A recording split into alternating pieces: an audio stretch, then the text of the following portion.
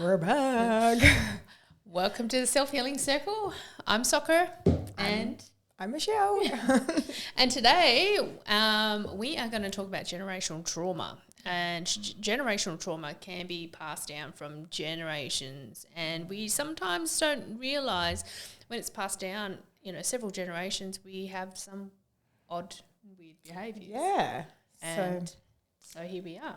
So generational trauma. So normally, I guess if we've had grandparents, and depending on what our lineage, I guess, if they've been exposed to big traumas, or say things like the war or migration or cultural or like abuse, any really major stress that they have been exposed to, they would have created some form of adaptation. So they would have adapted to like scarcity, and they would have had certain behaviors for survival. Yeah. But then what happens is that gets passed down to the next generation and imprints on the next generations, like their actual genes, like their genetic expression, which then gets passed down to the next generation.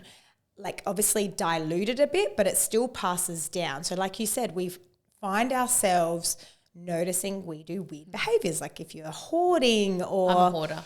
Yeah. Eating all your food even though you're full because you're like, oh, I can't waste, or if your nervous system gets stressed out and if you don't feel safe in a lot of places because you're in this fight flight, you're like scanning the room, making sure no shady characters. Yeah. That may actually be because there was some trauma in your lineage that's now been passed down to you, and then that's still expressing through you. So it's really important to be aware of these things. Yeah. Sensitive to loud noises is one of my things. Yeah. And then my parents went through a war, so loud noises for them is something that they used to jump around a lot all the time. And I didn't know I was actually picked. And so I get a bit jumpy. Wow. So I'm quite a jumpy sort of person when it comes to loud noises. Having done some self-healing work, I've put two and two together. It's actually just becoming aware of it. It's actually, looking and asking those questions. Am I actually safe here? I'm actually safe. I'm okay.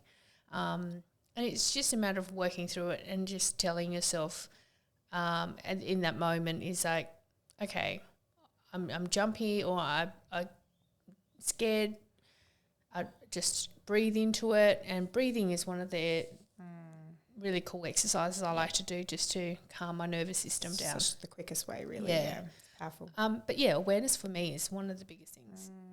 Knowing where it's come from. Yeah. And I used to hoard a lot because the feeling of not having enough for myself, and growing up, sort of, I wouldn't say in a poor, we didn't have much, but we did a lot of op shopping. But then I realised mum and dad didn't have a lot growing up either. So that was also generations of not having enough to now my generation is trying to hang on to everything, collect so many things, because you think if you have more is abundant, but in a way that it's not really serving you, because you just end up drowning in your... You don't even know what you have to enjoy it, Yeah, and so when you start to declutter, you realise this wasn't really serving you. Yeah. And I agree, because I definitely come from hoarding patterns of my grandparents.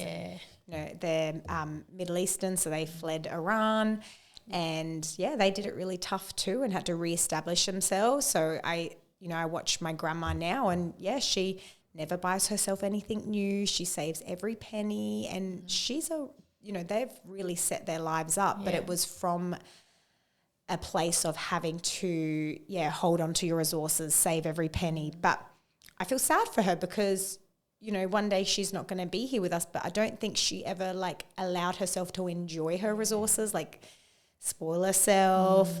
It's funny, because and I know I do it, I'll give her I used to work at Chanel, and I'd give her foundation and expensive Chanel perfume, and I would still see it in her house not open, because she's always like saving it for a special occasion. And it's funny because I do the same thing. Like I'll have nice new clothes or like nice new gym wear, but I'll wear like for day to day, I'll wear my like, not as like daggy ones. my daggy ones a little bit because I'm like, oh yeah, you know, like get them. I don't know, like I don't know why. I save things for special occasions, and I know you've been good for me because you're because like, I went to the extreme. I was like, even my perfumes, I only use them if I go out. Like I'm not. Always saving things, and I'm like, but you live once. Like, why am I not enjoying my stuff? Like, what's wrong? I know, right? And that was the quote I used? Well, you only live once, but it can also be to your detriment too. Taken too far, taken too far to the point where you spend everything and you don't actually save for that rainy day. You don't save for the emergencies. So it's trying to find that balance. Yeah, it is hard, and yes, I've taught you that, but then I also realised I've got to start saving some and putting some things away, and so you can go the opposite way.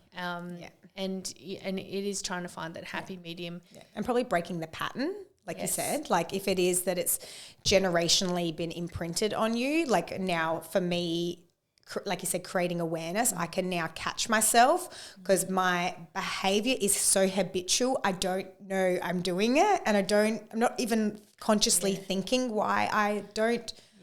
I'm just like on autopilot. So it's good now that I'm like forcing myself. No, like you spray that perfume all over you, and like, oh mate, you take that tag off and wear that new outfit, even though you probably your children will spit up on it or something. Like, no, I still spray my nice, perfumes to the gym even. It's because I like to feel good within myself, and it really comes down to you just building that awareness to your habits, to your weird behaviors that you got to question yourself sometimes, don't you? And it's just stopping it, and then so that the next generation can really find that balance.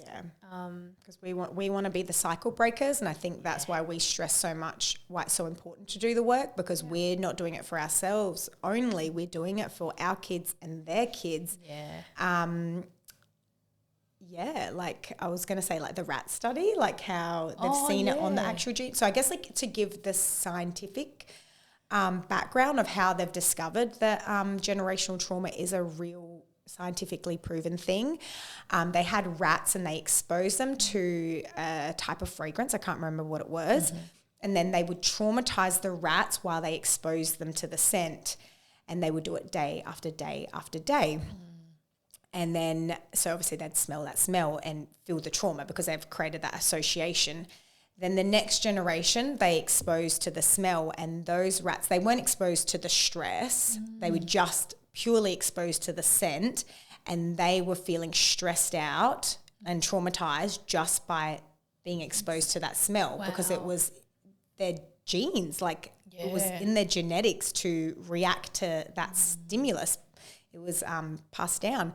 Then they would do it to the next generation and the next generation. They found like each generation, the reaction wasn't as strong, but it pretty much proved that trauma was passed down. Linked down to that smell. Wow. That's incredible. What would you say are some other ones that you've noticed? Have you connected other ones as you? I have a phobia of caterpillars. So weird. I know. And that was not from my mum, but that was my grandmother. Wow. I've never known my grandmother. Isn't that incredible? Because who's scared of caterpillars? Like, look, some look kind of creepy, but... I know, but I jump. I literally run out of it's like something must have traumatized my grandmother. Yeah. I still haven't asked that question, but my mum said, oh, grandma was afraid of it. Yeah. But I never asked how that came to be. That's probably one of my weirdest phobias. Yeah, and another one is how, I think we've spoken about it briefly on another episode, is about how our nervous systems co-regulate with our caregivers. And that's just another way that kind of explains how our parents pass down to us and their parents pass down. So if you're literally even in the uterus growing as a baby, if your mother or even just the environment around her was really stressful, and her nervous system was in a stress state. So my mum was born when my grandparents, I'm pretty sure, were fleeing out of Iran, and it was at a really dangerous time. and they were like on the road trying to get to Brazil, and my grandma so she ended up going into labor really early because of the stress. And it's interesting because my mum was a very anxious, stressed, like fighty flight, like real from 0 to 100 in seconds. And I think partly because she was born under really stressful circumstances at a really stressful time, and her nervous system was just in fight flight all the time, even when things were calm around her. But then I noticed for myself, for a long time in my younger years, like I would just little things, I would like jump and particularly around my mum as well because of her dysregulated nervous system when she would be like coming home and that I would feel, and you're not in control, like I would feel my heart palpitation, like my heart going really fast, feeling like really anxious and like scanning the environment like if anything's out of place, and I think that's because it was passed down to her and then it was passed down to me, and I noticed similar behaviour in my sister as well. So I think our nervous systems were very dysregulated until I've been doing work and continuing to have to do work. How good is breath work though for that? Amazing.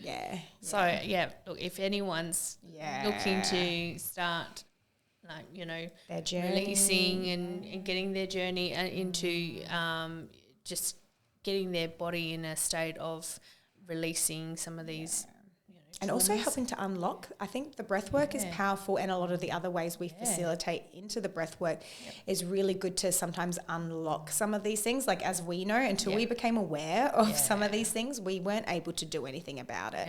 So it's the breath work is powerful not only to bring it to awareness, but then like you said, also release it and retrain our nervous system to be in a calm, healing state. That's no more anxiety, like fight flight, like we can't sustain that. It's and not you healthy. think like you've worked through some of the things, and it doesn't matter how many breathwork sessions we do, there's always something else that comes through. Layers. And so I highly recommend it. So if anyone's interested, I know I'm speaking on here, but we do hold our workshops at least once a month. So check out our page, and in October the 20th, and come with an open mind.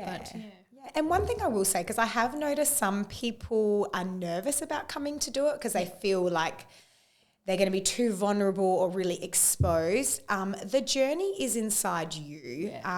So it's not like everyone's going to know if you have a cry or if you don't have to speak out loud the stuff that's coming up. It's still, you're in a safe container. You have your space. We're there to support, but you're going through your internal processing, and our groups are quite small and intimate. So don't feel, if you want to do it but you're sort of fearful that you're going to feel too vulnerable, it is, everyone's in their own internal process and focused on their own unpacking processing. their own stuff. That they're not aware, like if someone else is releasing some emotions. So I just think that's nice for people to know, because I have heard some people feel a bit, I don't know, not intimidated, but nervous. Or just unsure what it really is. And, and our circle is also open to men to attend as well. So it's really for everyone. But look, we hope to see your faces there. And that's pretty much it for this episode on generational trauma. Yeah, it's a big one. All right. Thank you. Thanks for being with us. Thank you. Bye.